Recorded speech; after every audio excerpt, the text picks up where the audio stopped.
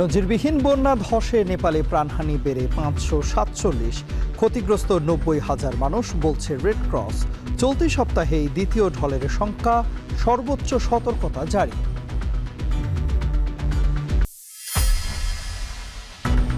দায়িত্ব নিয়েই রংপুরের আলোচিত ৪ খুনের ঘটনাস্থল পরিদর্শন নতুন পুলিশ কমিশনারের। পেশাদারিত্বের সাথে তদন্তের আশ্বাস। এটা তদন্তের ধারাবাহিকতা, অনেক প্রশ্ন আসবে, সেই প্রশ্নগুলোর পেশাদারিত্বের সাথে আসলে জবাব খোঁজাটাই আমাদের দায়িত্ব। খুনের ঘটনায় কার্যকর তদন্তে ঘাটতি, অহরহ মিলছে জামিন। বিচারহীনতার সংস্কৃতি বদলের তাগিদ। চাঁপাইনবাবগঞ্জের দেবীনগরে নদীতে গোসলে নেমে প্রাণ গেল ৫ শিশুর। কক্সবাজার থেকে নিখোঁজ ৩৯ ঘন্টা পর সোনাদিয়া দ্বীপে পর্যটকের মরদেহ উদ্ধার। সরবরাহ বাড়ায় স্বস্তি ফিরেছে রাজধানীর সবজি বাজারে। দাম বেশি আলু পেঁয়াজের। এ সপ্তাহেও চড়া মাছের বাজার, নাগালে আসেনি ইলিশ। ১৫-২০ দিন ধরে দামটা আগের চেয়ে বেশি। কোয়ালিটির মাছ কিনতে গেলে দাম বাড়তি। মাননীয় প্রধানমন্ত্রীর কাছে আকুল আবেদন জানাবো যাতে বাজারটা আপনারা একটু নিয়ন্ত্রণ করেন।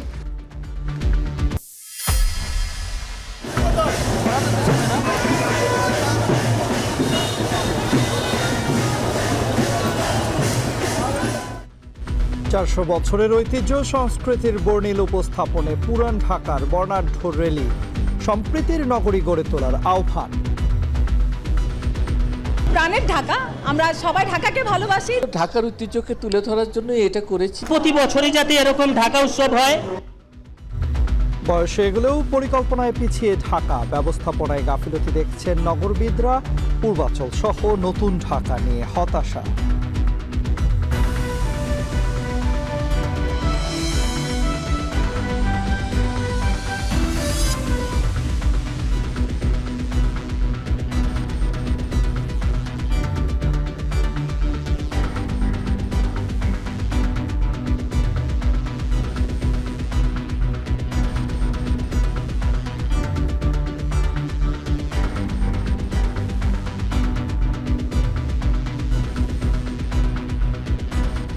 স্বাগত। এখন সন্ধ্যায় পুরো আয়োজনে আপনাদের সঙ্গে আছি আমরা দুজন, আমি তন্ময় কুমার রায় এবং আমি সুমাইয়া রাত্রি। স্মরণকালের ভয়াবহ দুর্যোগে নেপালে ক্রমেই লম্বা হচ্ছে মৃত্যুর মিছিল। শেষ খবর পাওয়া পর্যন্ত নজিরবিহীন পাহাড়ি ঢল ও আকস্মিক বন্যায় প্রাণহানির সংখ্যা বেড়ে দাঁড়িয়েছে ৫৪৭ জনে। এখনও নিখোঁজ হাজারো বাসিন্দা। এ পর্যন্ত উদ্ধার হয়েছে অন্তত ৯০০ জন। অন্যদিকে তিব্বত অংশে নিখোঁজ ৫৫০ শতাধিক। এর আগে তিব্বত সীমান্তে একটি বাঁধ ভেঙে যাওয়ায় নেপাল অংশে সতর্কতা জারি করে কর্তৃপক্ষ। বাগটে জানাচ্ছেন পেনুকা সুলতানা।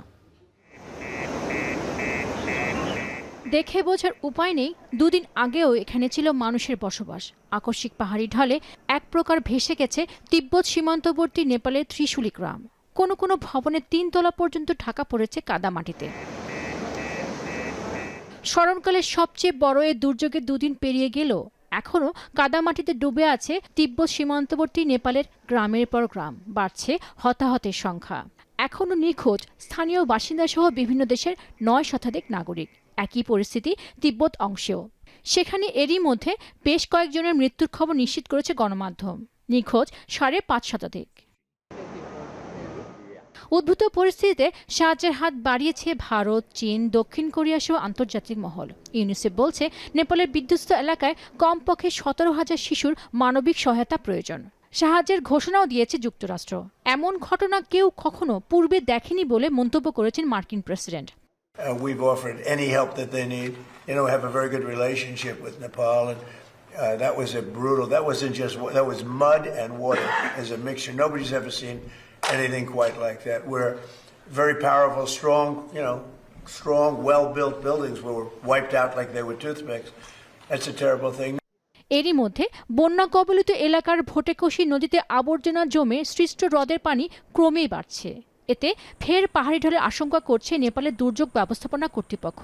উদ্ভূত পরিস্থিতিতে সময়ের সঙ্গে পাল্লা দিয়ে নিখোঁজদের সন্ধানে কাজ চালিয়ে যাচ্ছেন উদ্ধারকর্মীরা। উদ্ধার কাজে নিয়োজিত রয়েছেন ৩০,০০০-এর বেশি কর্মী। आदमी लोग जो है ना, सब वो जो डेड बॉडीज हो सकते हैं, जो ऊपर से फ्लडिंग में बह के जो आए वो हो सकते हैं। हम अभी बता नहीं सकते, हम अभी काम कर रहे थे। Definitely, we don't know what is inside there. We need to wait for the rescue and evacuation part. এরই মধ্যে তিব্বত সীমান্তে একটি বাঁধ ভেঙে যাওয়ায় নেপাল অংশে সতর্কতা জারি করেছে সেখানকার পুলিশ। এমন পরিস্থিতিতে স্থানীয় বাসিন্দা, উদ্ধারকর্মী ও নিরাপত্তা বাহিনীকে নিরাপদে সরে যাওয়ার আহ্বান জানিয়েছেন তারা। এর আগে নেপাল তিব্বত সীমান্তে হিমবাহ ধসে লেকের পানি বেড়ে ফের বন্যার আশঙ্কায় উদ্ধার কার্যক্রম সাময়িক স্থগিত করে চীন। পেনুকা সুলতানা, এখন বিশ্ব। নেপালের নজিরবিহীন পাহাড়ি ঢল নিয়ে ভিন্ন মত থাকলেও বেশিরভাগ ভূতত্ত্ববিদের দাবি হিমবাহ থেকে ছিটকে পড়া তীব্র গতির বরফের চাই থেকেই এই দুর্যোগের উৎপত্তি। আশঙ্কা আছে চীন নেপাল সীমান্তে সৃষ্ট হওয়া কৃত্রিম হ্রদে প্লাবিত হলে চলতি সপ্তাহেই তেরে আসতে পারে দ্বিতীয় ঢল। বিস্তারিত জানাবেন সতীর্থ কর্মকার। হিমালয়ের কোল ঘেঁষা নেপাল তিব্বত অঞ্চলে পাহাড়ি ঢল, বন্যা, হিমবাহ ধস, ভূমিকম্প খুব একটা অপরিচিত দুর্যোগ না। কিন্তু গেল বুধবার প্রকৃতির যে তাণ্ডব দেখা গেল তা সচরাচর খুব একটা নজরে আসে না। নজিরবিহীন পাহাড়ি ঢল আর আকস্মিক বন্যার কারণ বিশ্লেষণে দিনরাত এক করে কাজ করছেন চীনের চেংডু ইউনিভার্সিটি অব টেকনোলজির গবেষক দল। দুর্যোগের কারণ নিয়ে ভিন্নমত থাকলেও বেশিরভাগ ভূতত্ত্ববিদের ধারণা হিমবাহ থেকে ছিটকে পড়া বরফের টুকরো থেকেই এই বিপর্যয়। দুর্ঘটনার সময় তিব্বত নেপাল সীমান্তে 5000 মিটারেরও বেশি উচ্চতার হিমবাহের একটি অংশ প্রায় 1200 মিটার নিচে ধসে পড়ে। বরফগলা পানির সঙ্গে মিশে যায় কাদামাটি। এই মিশ্রণ তীব্র গতিতে নেমে আসে আরও 3000 মিটার নিচে। চরম উচ্চতা আর অস্বাভাবিক গতির কারণে বরফগলা পানি আর কাদাতেই লণ্ডভণ্ড হিমালয় কন্যা। Probably what's actually happened is it's just kept going and it's incorporated all of the water in the river valley and pushed it out the front, kind of almost like a syringe pushing or plunging it out in front. বরফগলা পানির সঙ্গে কাদা মিশে যাওয়ায় ক্ষয়ক্ষতির মাত্রা বেশি হয়েছে বলেও ধারণা বিশ্লেষকদের। কাদা পানির তীব্র স্রোতকে ভেজা কংক্রিটের সাথে তুলনা করছেন তারা, কারণ এই ধরনের কাদার স্রোত ঘন্টায় 100 থেকে 200 কিলোমিটারেরও বেশি গতিতে নিচে নামতে পারে। তবে চাঞ্চল্যের এখানেই শেষ নয়। চলতি সপ্তাহে নেপাল ও তিব্বত সীমান্তবর্তী অঞ্চলে প্রলয়ঙ্করী দ্বিতীয় ঢল বা প্লাবনের আশঙ্কা করছেন সংশ্লিষ্টরা। চীন নেপাল সীমান্তে পানি জমে সৃষ্টি হয়েছে কৃত্রিম হ্রদ। এই হ্রদ প্লাবিত হলে চলতি সপ্তাহেই তেরে আসতে পারে দ্বিতীয় ঢল। এছাড়াও হিমবাহ হ্রদের গতি প্রতিনিয়ত পরিবর্তিত হতে থাকায় খাড়া ঢালু এলাকাগুলো এখনও ঝুঁকিমুক্ত নয়। যদিও এরই মধ্যে ভোটেকশী নদী তীরবর্তী 3 জেলাকে আগামী 3 মাসের জন্য দুর্যোগ কবলিত অঞ্চল ঘোষণা করেছে নেপাল সরকার। আপাতত সেখানে শুধুমাত্র দুর্গতদের উদ্ধার, চিকিৎসা ও পুনর্বাসনের তাৎক্ষণিক ব্যবস্থা রাখা হয়েছে। সরিয়ে নেওয়া হয়েছে বাসিন্দাদের। ফলে সর্বাধিক ক্ষতিগ্রস্ত 3 জেলা অর্থাৎ রসুয়া, নোয়াকোট ও ধাদিংয়ে আবারও ঢল নামলে উদ্ধার অভিযান ব্যাহত হলেও জানমালের বড় ধরনের বিপর্যয় ঠেকানো সম্ভব বলেও ধারণা করা হচ্ছে। সতীর্থ কর্মকার, এখন বিশ্ব। 4 খুনের তদন্ত চলমান। তদন্তের ধারাবাহিকতায় অনেক প্রশ্ন আসলেও পেশাদারিত্বের সাথে সমাধান করেই 4 খুন মামলার চার্জশিট দেওয়া হবে বলে জানিয়েছেন নবনিযুক্ত রংপুর মহানগর পুলিশ কমিশনার মাহবুবুর রশিদ। শুক্রবার দুপুরে নগরের মাছুয়াপাড়া গণপতি চক্রবর্তী বাসা ও আশপাশের এলাকা পরিদর্শন করে এই মন্তব্য করেন তিনি। এর আগে তিনি ঘটনাস্থলের পাশে 3 তলা বাড়ি, গণপতি চক্রবর্তীর বাসার ছাদ এবং 2য় তলার প্রতিটি রুম পরিদর্শন করেন। পরে সাংবাদিকদের সাথে কথা বলেন। জব্দকৃত আলামত খোলা জায়গায় রাখার ব্যাপারে তার কাছে কোনো তথ্য নেই বলে জানায় রংপুর পুলিশের প্রধান কর্মকর্তা। মাদকসহ বিভিন্ন ক্ষেত্রে অগ্রগতি 1 সপ্তাহের মধ্যে নগরবাসী দেখতে পাবে বলেও জানান তিনি।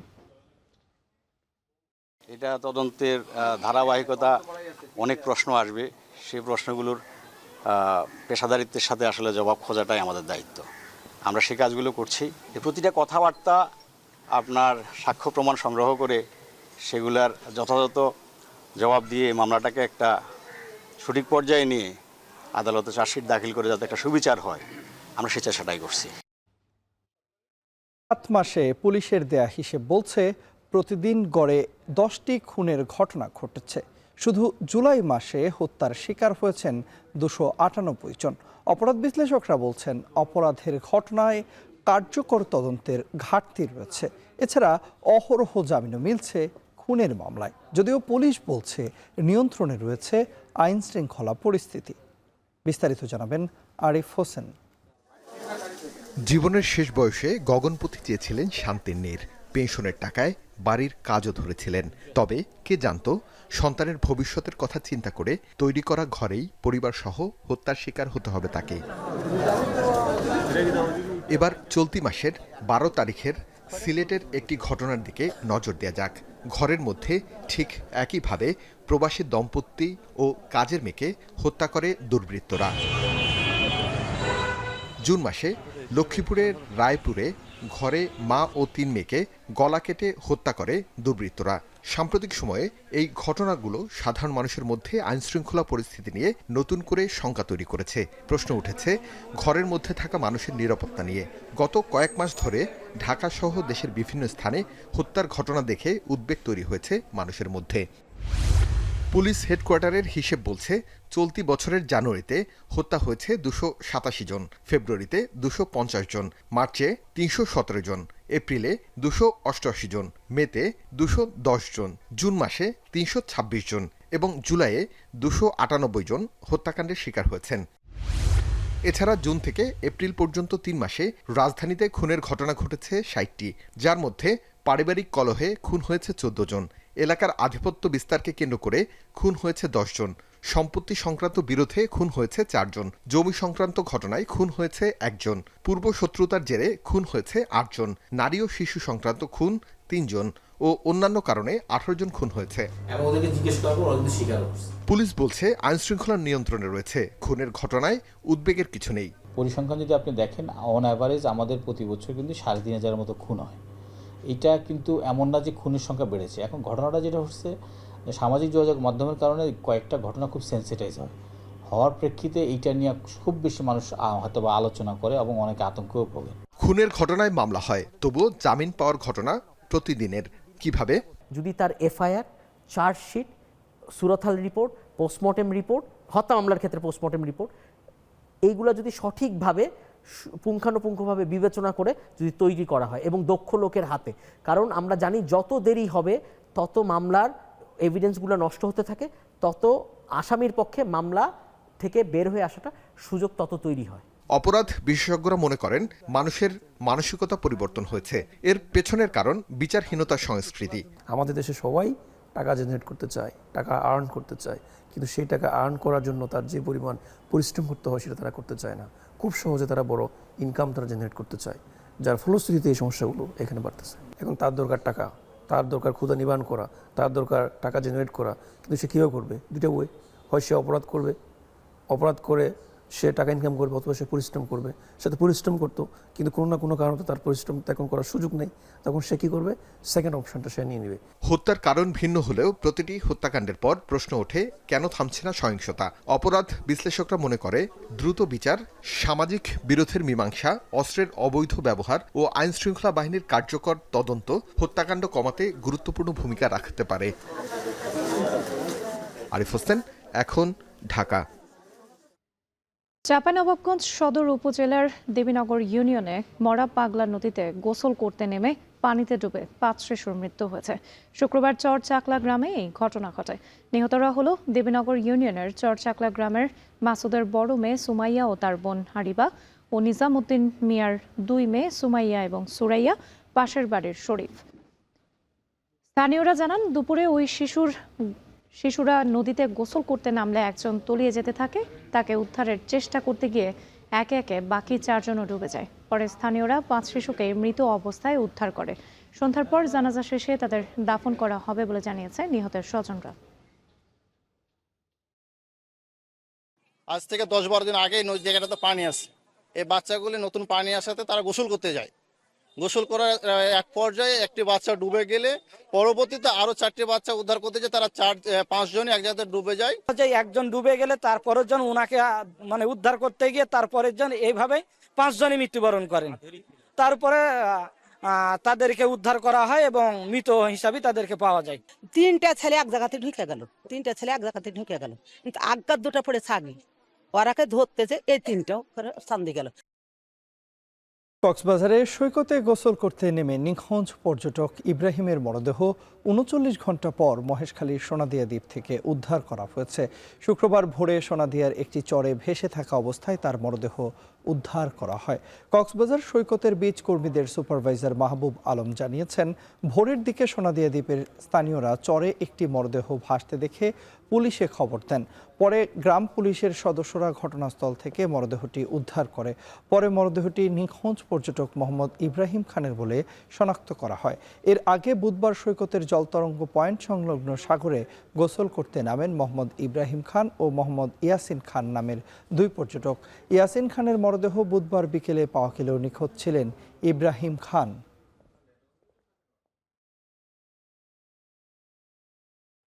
সৌদি আরবের রিয়াদে অগ্নিকাণ্ডে নিহত 9 প্রবাসীর দাফন সম্পন্ন হয়েছে। শুক্রবার সকালে তাদের মরদেহ নিজ নিজ গ্রামের বাড়িতে পৌঁছালে শোকাবহ হয়ে ওঠে পরিবেশ। জানাজায় অংশ নিয়ে স্বজনরা জানান, ধার দিনে জর্জরিত পরিবারকে সরকারি সহযোগিতার কথা। আর বাকি প্রবাসীদের মরদেহ দ্রুতই দেশে আনার পাশাপাশি আর্থিক সহায়তার আশ্বাস দিয়েছে স্থানীয় জনপ্রতিনিধি ও উপজেলা প্রশাসন। বিস্তারিত প্রতিবেদনে। পরিবারের সচ্ছলতা ফেরাতে ধার দেনা করে নওগাঁর আত্রাই গ্রামের মোহন আলী ও সুমন আলী গত 7 বছর আগে পাড়ি জমিয়েছিলেন সৌদিতে, কিন্তু পরিবারের সচ্ছলতা ফেরাতে গিয়ে ফিরলেন নিথর দেহে। শুক্রবার সকালে মোহন ও সুমনের পাশাপাশি আরও 5 জনের মরদেহ নওগাঁর আত্রাই গ্রামে পৌঁছালে কান্নায় ভেঙে পড়েন স্বজনরা। শোকে ভারী হয়ে ওঠে পরিবেশ। সকাল 10:30টার দিকে আত্রাই মোল্লা আজাদ মেমোরিয়াল কলেজ মাঠে একসাথে 7 প্রবাসীর জানাজা হয়। পরে তাদের দাফন হয় পারিবারিক কবরস্থানে। এদিকে আগুনের ঘটনার সুষ্ঠু তদন্ত ও নিহতের পরিবারকে আর্থিক সহযোগিতার দাবি জানান নিহতের স্বজনরা। সরকার এবং দেশবাসীর কাছে আশা রাখবো এই 7টি পরিবারের যেন খোঁজখবর রাখা হয়। 2টা মাও আছে, একটা বউ আছে, 2টা বাচ্চা আছে ছোট ছোট। এই বাচ্চাগুলো আর এদেরকে খাওয়ানোর মতন আর কেউ নেই। এদিকে নিহতের প্রত্যেক পরিবারকে সরকারিভাবে আর্থিক সহযোগিতার আশ্বাস দেন স্থানীয় সংসদ সদস্য। এছাড়া বাকিদের মরদেহ দেশে নিয়ে আসার চেষ্টা অব্যাহত আছে বলেও জানান তিনি। প্রশাসনের সহযোগিতায় আজকে যে আমরা জানাজা করলাম, এই জানাজায় যে যারা ওখানে মৃত্যুবরণ করেছেন তাদের সবাইকে ওই জান্নাত বোর্ড থেকে একটা সহযোগিতা দেওয়া হচ্ছে। ইতিমধ্যে সরকার যেটা ঘোষণা করেছেন, আমি ওইখানে জানাজার সময়ও বলেছি, সরকার এই মৃত পরিবারের পাশে আছে, আমরা আছি। এদিকে একই ঘটনায় নিহত নাটোরের 3 জনের মধ্যে রবিউল ইসলাম হৃদয়ের মরদেহ নাটোরের মহিষডাঙ্গায় পৌঁছালে স্বজনরা কান্নায় ভেঙে পড়েন। পরে সকাল 10টায় জানাজা শেষে তাকে দাফন করা হয় স্থানীয় কবরস্থানে। এদিকে সন্তান হারিয়ে শোকে বিহ্বল রবিউলের মা। কিভাবে পরিশোধ করবেন ঋণ, সেই দুশ্চিন্তা যেন অন্তহীন। ধার দেনা থেকে মুক্ত হতে চান সরকারের সহযোগিতায়। অগ্নিকাণ্ডে নাটোরের 3 জন নিহত হলেও 1 জনের মরদেহ গ্রামে এসেছে। বাকি 2 জনের ডিএনএ পরীক্ষা শেষে সৌদি আরব থেকে দেশে এলে মরদেহ পরিবারের কাছে হস্তান্তরের আশ্বাস দেয় উপজেলা প্রশাসন। অন্যদিকে অগ্নিকাণ্ডে নিহত রাজশাহীর বাঘার প্রবাসী শ্যামলের দাফনও সম্পন্ন হয়েছে। নাজমুস সাকিব সামি, এখন। নিচ্ছে একটা বিরতি, সঙ্গেই থাকুন।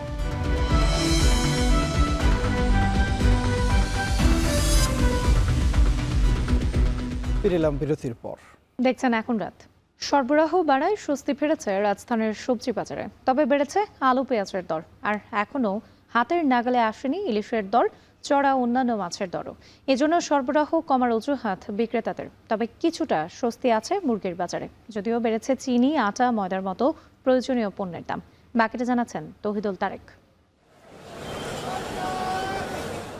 সাপ্তাহিক ছুটির দিন, সঙ্গে সকাল থেকেই ঝিরিঝিরি বৃষ্টিতে ব্যস্ত সময় পার করছেন কারওয়ান বাজারের দোকানি ও সবজি ব্যবসায়ীরা। সপ্তাহ ঘুরে রাজধানীর এই বাজারে মাছের দাম বেশ চড়া। তেলাপিয়া, কই, পাঙ্গাসের মতো বহুল বিক্রিত মাছগুলোর দাম কেজিতে 10 থেকে 20 টাকা বেড়ে বিক্রি হচ্ছে 200 থেকে 240 টাকায়। অন্যদিকে ইলিশের দাম কেজিতে 100 থেকে 200 টাকা কমলেও তা এখনও সাধারণ মানুষের নাগালের বাইরে। 900 গ্রাম ইলিশের দাম হাঁকাচ্ছেন 2400 থেকে 2500 টাকায়। কাতল মাছ হলো 2 কেজি, 2.5 কেজি মাছ, এটা হলো আপনার 270 টাকা 80 টাকা কেজি। আর তেলাপিয়া আমরা 200 টাকা কেজি। কারণ এটা মাছের সাইজের উপরে দাম একটু বড় ছোট হয়, এই জন্য আর কি 10-20 টাকা এদিক সেদিক হয়। জেলার চাঁদপুর বা মাছ এটি আপনার এই 800-900 গ্রাম মাছ 2400 টাকা কেজি বেচতেছি। দাম বৃদ্ধিতে বিপাকে সাধারণ ক্রেতারা। ভরা মৌসুমেও দাম বাড়ায় ক্ষোভ প্রকাশ করেন তারা। ইলিশের বাজারে আগুন লেগে গেছে। আসলে ইলিশের যে পরিমাণ দাম, এই একটা বড় ইলিশ কিনতে গেলে 2500-3000 টাকা কেজি। ইলিশ সাধারণ মানুষের খাওয়া সম্ভব না। একই সাথে বেড়েছে চিনি, আটা, ময়দা ও গুঁড়ো সাবানের দাম। 10 থেকে 15 টাকা বেড়ে চিনি 120 টাকা, আটা 65 ও ময়দা বিক্রি হচ্ছে 80 থেকে 85 টাকায়। অপরিবর্তিত রয়েছে তেল ও চালের বাজার। 15 দিন থেকে এক সপ্তাহের ভিতর থেকে 15 দিনের ভিতরে দাম বেশি চিনি, আটা, ময়দা দাম বেশি, পোলাও চাল দাম বেশি, ডিটারজেন্ট পাউডার যে চিনি ছিল 105, 10 এবং 120 টাকা। তবে কিছুটা স্বস্তি ফিরেছে সবজি ও মুরগির দামে। সরবরাহ বেশি থাকায় গত সপ্তাহের তুলনায় পেঁপে, করলা, বেগুন, বরবটি, লাউ সহ বিভিন্ন সবজির দাম কেজিতে 10 থেকে 15 টাকা কমেছে বলে জানান বিক্রেতারা। কমেছে আদা ও রসুনের দামও, তবে 5 থেকে 10 টাকা বেড়েছে আলু ও পেঁয়াজের দর। গত সপ্তাহের তুলনায় এই সপ্তাহে সবজির দাম একটু কম। প্রত্যেক সবজি কেজিতে 10 টাকা 15 টাকা কম। আদা রসুন বর্তমান দাম কমে আছে, আদা চলতেছে 110 টাকা, 5 টাকা পাইকারি চলতেছে। সবজির বাজার স্থিতিল আছে, গত সপ্তাহে যা ছিল এই সপ্তাহে তাই আছে। দাম এখন সবজির বাজার প্রায় সবগুলো 100-র কাছাকাছি, কোনোটা হয়তো 80-90, বেশিরভাগই 100 বা তার উপরে। গত সপ্তাহের তুলনায় মনে হচ্ছে 5-10 টাকা সবকিছু প্রাইসটা একটু কম মনে হচ্ছে আমার কাছে। বাজার ভেদে দামের কিছুটা তারতম্য থাকলেও অপরিবর্তিত রয়েছে গরু ও খাসির মাংসের দাম।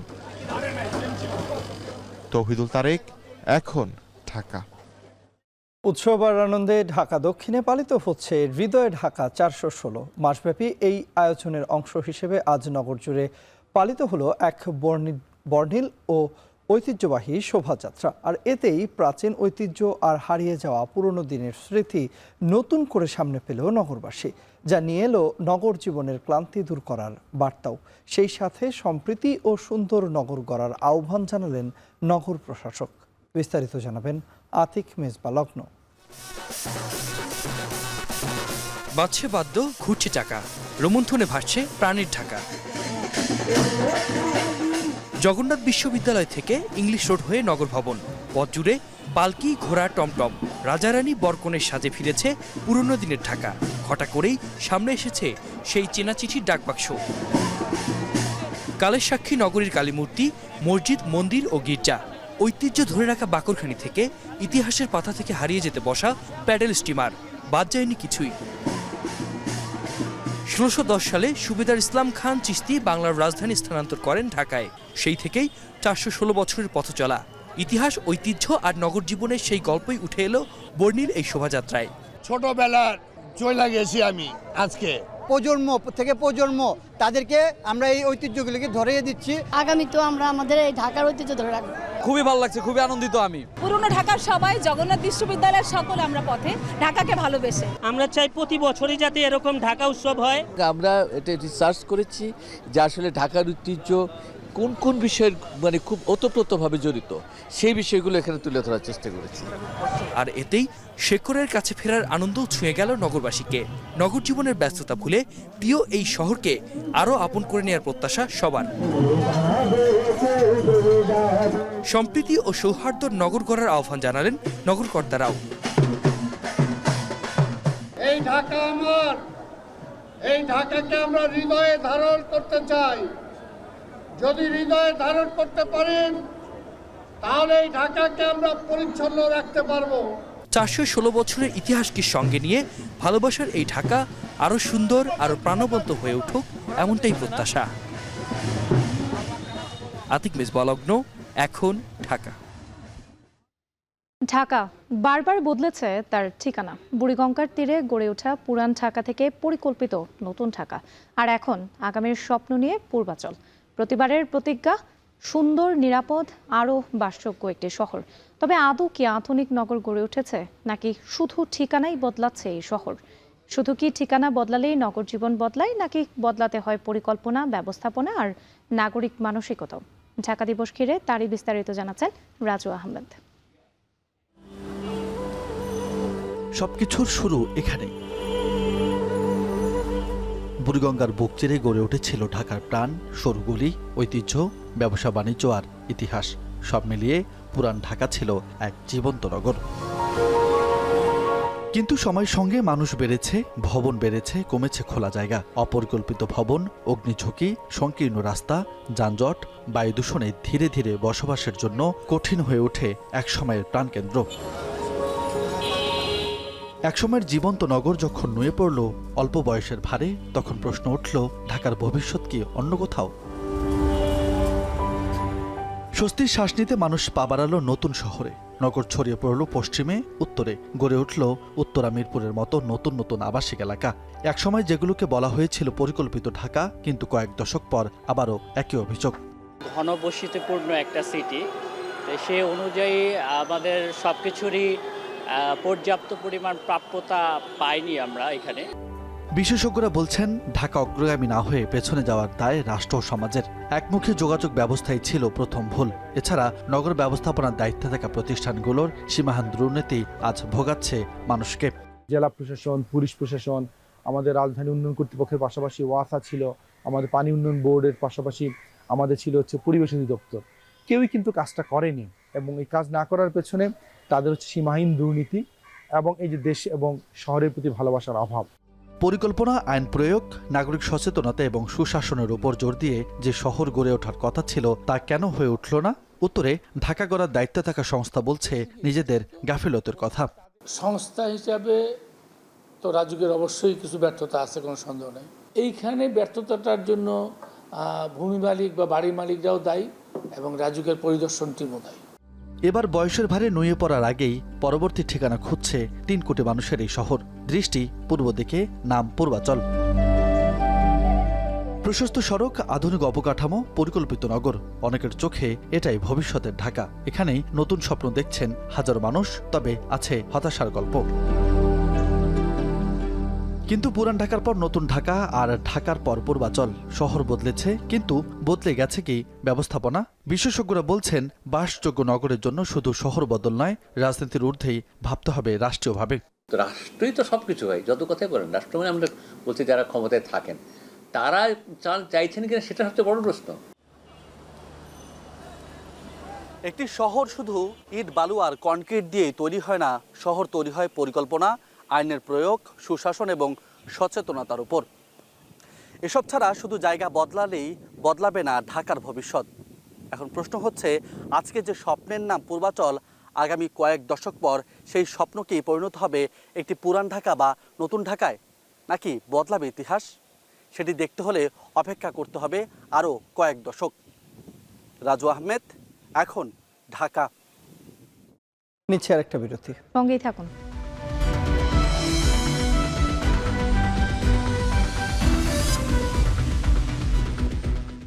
ফিরে এলাম বিরতির পর। দেখছেন এখন সন্ধ্যা। মধ্যস্থতাকারীদের অনুরোধে হরমুজ প্রণালী খোলার জন্য শর্তাবলীর একটি খসড়া তালিকা তৈরি করেছে ইরান। এমনটাই জানালেন দেশটির নিরাপত্তা প্রধান মোহসেন রেজাই। তবে জলপথটি পুনরায় খোলার আগে যুক্তরাষ্ট্রকে অবশ্যই এই দাবিগুলো পূরণের জন্য প্রথমে পদক্ষেপ নিতে হবে বলেও উল্লেখ করেন তিনি। এর মধ্যে ইরান ইন্টারন্যাশনাল জানিয়েছে, হরমুজ প্রণালীর মধ্য দিয়ে অস্থায়ী নৌ চলাচল করিডোরের জন্য প্রস্তাবিত অন্তর্বর্তীকালীন কাঠামো এবং জলপথটি থেকে মাইন অপারেশনের যৌথ প্রকল্প নিয়ে আলোচনা করেছে কাতার ও ইরান। অন্যদিকে যুক্তরাষ্ট্র বর্তমানে ইরানের সঙ্গে কোনো আলোচনা করছে না বলে সাফ জানালেন হোয়াইট হাউস।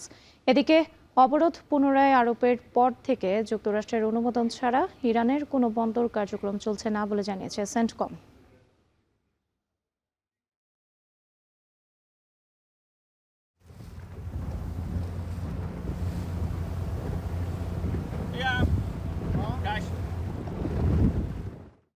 কানাডার কর্মকর্তারা বাণিজ্য আলোচনার নামে খারাপ ব্যবহার করছেন দাবি করে মার্কিন president Donald Trump lake Ontario নাম বদলে লেক আমেরিকা করার নির্বাহী আদেশে সই করেছেন।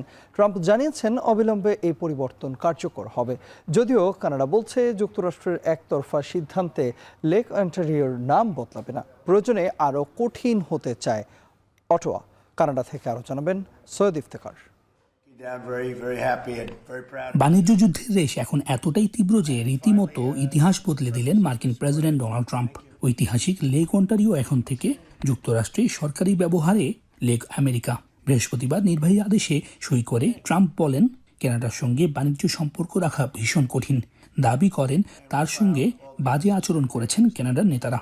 Finally, I guess the purpose of this more than anything else is we're going to be changing the name of Lake Ontario, effective immediately, to Lake America. That's going to take place right now as I sign the order. ট্রাম্পের এই পদক্ষেপকে কানাডার ওপর রাজনৈতিক চাপ তৈরির আরেকটি প্রতীকী পদক্ষেপ হিসেবে দেখা হচ্ছে। এর আগে তিনি গালফ অব মেক্সিকোর নাম বদলে গালফ অব আমেরিকা করার উদ্যোগ নেন। যদিও লেক অন্টারিওর প্রায় 52% কানাডার অংশে পড়েছে, বাকিটা যুক্তরাষ্ট্রের নিউ ইয়র্ক অঙ্গরাজ্যে। তবে ওয়াশিংটনের সিদ্ধান্ত কানাডার জন্য বাধ্যতামূলক নয়। আর প্রধানমন্ত্রী মার্ক কার্নি এরই মধ্যে স্পষ্ট করে দিয়েছেন কানাডা লেকটির নাম বদলাবে না। দুই দেশের মধ্যে 3 দিনের বাণিজ্য আলোচনা ভেস্তে যাওয়ার পর যুক্তরাষ্ট্র প্রায় $20 বিলিয়ন কানাডীয় পণ্যে 50% পর্যন্ত শুল্ক আরোপ করে। এর পাল্টা হিসেবে কানাডাও প্রায় সমপরিমাণ মার্কিন পণ্যে শুল্ক বসিয়েছে, যা কার্যকর হচ্ছে 8 সেপ্টেম্বর থেকে। এর মধ্যে রয়েছে স্টিল, ডেইরি, অ্যাপ্লায়েন্স, কৃষি সরঞ্জাম, ইলেকট্রনিক্স সহ বিভিন্ন ধরনের পণ্য। যদিও বৃহস্পতিবার কানাডা মার্কিন মাছ ও সামুদ্রিক খাবারকে পাল্টা শুল্কের তালিকা থেকে বাদ দিয়েছে। সৈয়দ ইফতেখার, এখন কানাডা। দর্শক, নিচ্ছে আরেকটা বিরতি। ফিরবো একটু পর, সঙ্গেই থাকুন।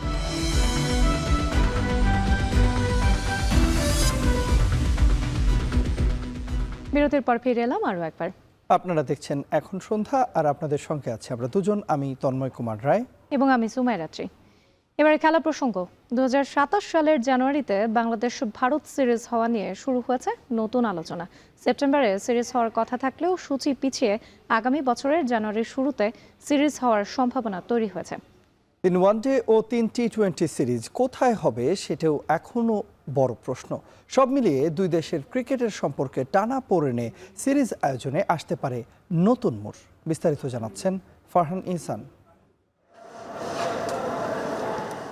বাংলাদেশ ও ভারতের মধ্যকার দ্বিপাক্ষীয় সিরিজ সেপ্টেম্বরে হচ্ছে না, তা এখন অনেকটাই নিশ্চিত। তবে সিরিজটি পিছিয়ে আগামী বছরের জানুয়ারিতে আয়োজনের সম্ভাবনা তৈরি হয়েছে। বিসিসিআই এর একটি সূত্র এএনআই-কে জানিয়েছে, আগামী বছরের শুরুতে সিরিজ আয়োজনের জন্য সময় চেয়েছে বাংলাদেশ ক্রিকেট বোর্ড।